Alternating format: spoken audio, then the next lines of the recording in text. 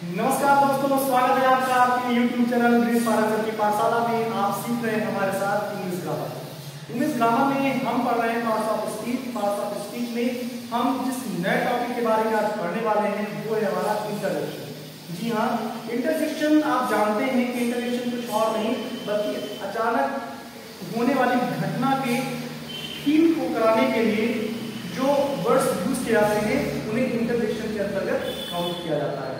अब अचानक होने वाली घटना में कुछ भी हो सकता है, जैसे कि प्रसन्नता भी हो सकती है, जैसे कि दुख भी हो सकता है, आश्चर्य भी हो सकता है, अनुमोदन यानी कि कहीं ना कहीं आप देखें तो अप्रूवल भी हो सकता है, संबोधन भी हो सकता है यानी कि एड्रेसिंग भी हो सकती है।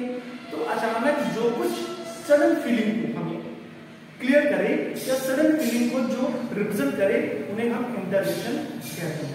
तो इन फीलिंग्स को, जो अलग अलग तरह की फीलिंग्स होती हैं, इनको रिप्रेजेंट करने के लिए कुछ इंग्लिश ग्रामर में अलग अलग तरह के वर्ड्स का प्रयोग किया जाता है। जैसे प्रसन्नता के लिए कुछ शब्द निश्चित कर दिए गए हैं। इसी प्रकार से दुख को यानी कि ग्रीफ को रिप्रेजेंट करने के लिए भी कुछ वर्ड्स निश्चित हैं। इसी प्रकार से सरप्राइज या आश्चर्य के भाव को बताने के लिए भी कुछ वर्ड्स निश्चित हैं। इसी प्रकार से और भी। तो कुल मिलाकर के कह सकते हैं कि इंटरजेक्शन क्या है, जो सडन फीलिंग है। ओके, या यूं कहें कि अचानक से जो फीलिंग्स आती हैं उनको रिप्रेजेंट करने के लिए हम इंटरजेक्शन का प्रयोग करते हैं। जैसे कि आइए बताते हैं आपको। तो सबसे पहले हम गौर फरमाएंगे इस पे, इसकी डेफिनेशन पे। And interjection is a word which expresses some sudden feelings. Okay, तो and interjection is a word, यानी इंटरजेक्शन ऐसा शब्द है which expresses some sudden feelings, जो कुछ सडन फीलिंग्स को एक्सप्रेस करने का काम करता है।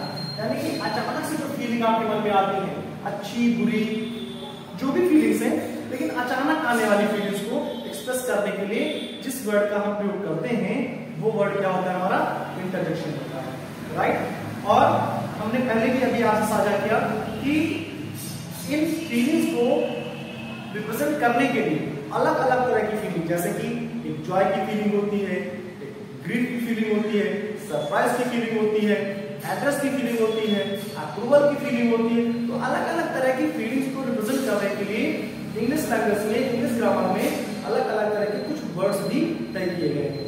आइए हम समझते हैं। जैसे कि पूरा I have von, I have von यानी कि वह मैं जीत गया। पूरा क्या कर रहा है, हैप्पीनेस की, जॉय की फीलिंग दे रहा है। क्या दे रहा है, जॉय या हैप्पीनेस की फीलिंग दे रहा है। ओके, जॉय या हैप्पीनेस की फीलिंग। पूरा I have von. Alas she is dead. और एलास क्या है, शी इज डेड, वो मर गई। यानी कि एलास हमें ग्रीफ की फीलिंग दे रहा है। किसकी फीलिंग दे रहा है, ग्रीफ की फीलिंग दे रहा है, यानी कि दुख प्रकट हो रहा है। तो पूरा आई हैव वॉन कब कहेंगे, जब अचानक से पता चले लास्ट बॉल पे आपको लास्ट 2 या 4 या 6 रन करने हैं, सपोज 6 रन करते हैं और ज्यादा मजा आएगा आप देखेंगे। तो पूरा आई हैव वॉन और आप लास्ट बॉल पे सिक्सर मार के आप मैच जीत गए, तो क्या होगा, आप कुछ इसी प्रकार से एंजॉय करके बोलोगे we have won the match, आप ऐसे कुछ बोलोगे। तो कुल कहने का मतलब ये है कि पूरा जो होता है वो जॉय की फीलिंग को एक्सप्रेस करने के लिए यूज किया जाता है। इसी प्रकार एलास जो होता है वो ग्रीफ। अब आप सोचो कोई अचानक मर जाए तो आप क्या बोलोगे, she is dead, grief, she is dead, मतलब सैड हुआ है, ग्रीफ, शी इज डेड। तो आप सैड फीलिंग का आप रिप्रेजेंट कर रहे हो अपने एलास के प्रयोग के माध्यम से। तो जॉय को रिप्रेजेंट करने के लिए और हाउ वर्ड यूज करते हैं, जबकि ग्रीफ को रिप्रेजेंट करने के लिए हम आ, एलास और ओ वर्ड का यूज करते हैं, या आ, एलास और ओ इंटरजेक्शन वर्ड का यूज हम करते हैं। सरप्राइज को बताने के लिए हम व्हाट या आहा का प्रयोग करते हैं, जबकि अप्रूवल के लिए हम बेव और वेल का प्रयोग करते हैं। एडमिशन के लिए हम लो और खुश का प्रयोग करते हैं, हंस का प्रयोग करते हैं, जबकि एड्रेस के लिए हम हेलो या हु का प्रयोग करते हैं। पार्टी के लिए फेयरवेल वर्ड यूज किए जाते हैं। आइए हम कुछ सेंटेंस का भी प्रयोग करके आपको दिखाते हैं, जैसे कि हुर्रे आई हैव वॉन, यानी कि हुर्रे हुर्रे। अच्छा, एक बात का ख्याल आप और रखिएगा, जब कभी भी हम एक इंटरजेक्शन का प्रयोग करते हैं तो जो इन फीलिंग्स को बताने के लिए वर्ड्स का प्रयोग किया जाता है, उन वर्ड्स के बाद जस्ट हम इंटरजेक्शन मार्क लगाते हैं, और इस इंटरजेक्शन मार्क के बाद जो हमारा सेंटेंस और आगे बढ़ता है तो कैपिटल लेटर से शुरू होता है। किससे शुरू होता है?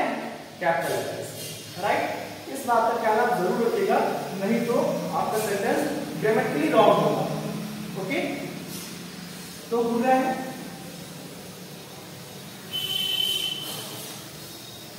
दे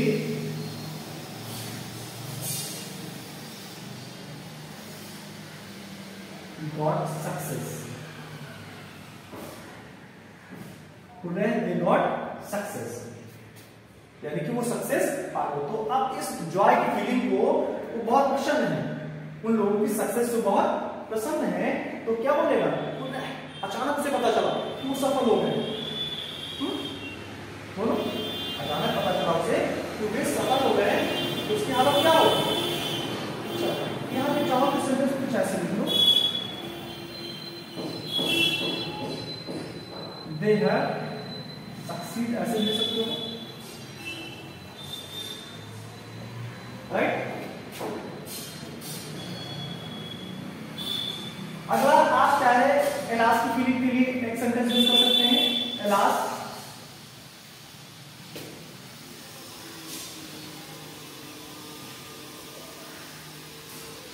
alas he is injured, he became injured, alas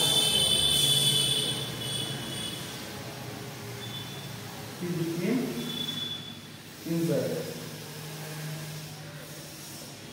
right. और एक बात का ख्याल रखिएगा कि जैसे इंटरजेक्शन वर्ड के बाद हम इंटरजेक्शन सिंबल का यूज करेंगे और फिर कैपिटल लेटर से अपने सेंटेंस को आगे बढ़ाएंगे, तो लास्ट में जाकर के जो आप जनरली सीख करके आए हैं सेंटेंस की नेचर के बारे में, एक जनरल वर्ड है, जनरल सेंटेंस है, तो क्या करते हैं? फुल स्टॉप का प्रयोग करते हैं लास्ट में। अगर इंट्रोगेटिव है तो हम क्वेश्चन मार्क का प्रयोग करते हैं। इसमें भी ठीक उसी प्रकार का बिहेवियर होगा, क्योंकि इंटरजेक्शन की बातें तो इस वर्ड और इसके जस्ट बाद आए इंटरजेक्शन सिंबल से समाप्त हो जाती हैं। उसके बाद जो आ सेंटेंस होता है उसके नेचर के अकॉर्डिंग हम उसके साथ लास्ट में फुल स्टॉप या फिर क्वेश्चन मार्क का प्रयोग करते हैं। सरप्राइज के लिए जैसे हम कह सकते हैं व्हाट का प्रयोग कर सकते हैं, राइट। बड़ा मैन, क्या आदमी हो, जैसे what a man he is, और अ मैन ही इज, ठीक है। तो what a man he is, ऐसे भी कर सकते हैं, what a man he is, right. या फिर अगर हम देखें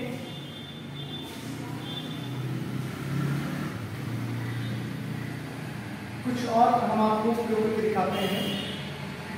जैसे मान लीजिए हम आपको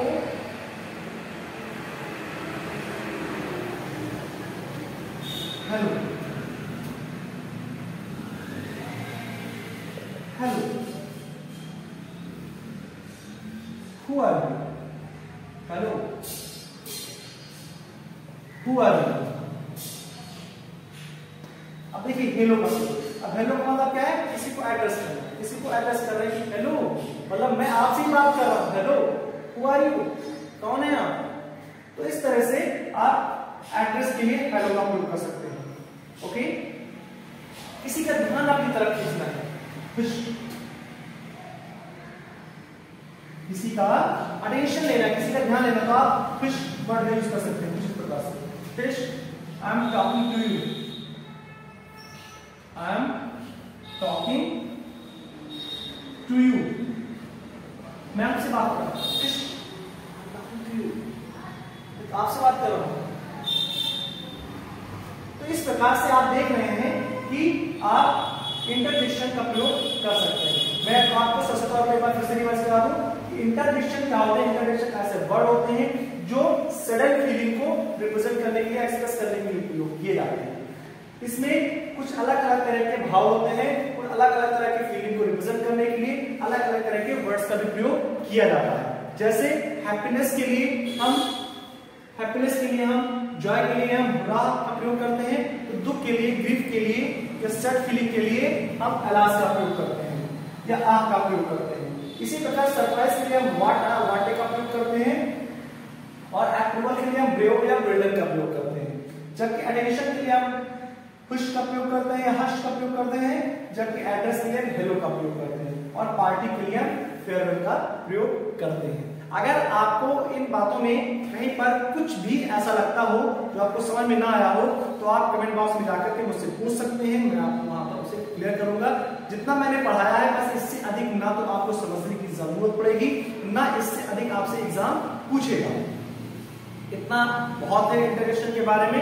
फिर भी आप जिज्ञासावश अगर इससे आगे कुछ और आपके मन में प्रश्न आते हैं तो आप कमेंट बॉक्स में जाकर के कमेंट मुझसे पूछ सकते हैं।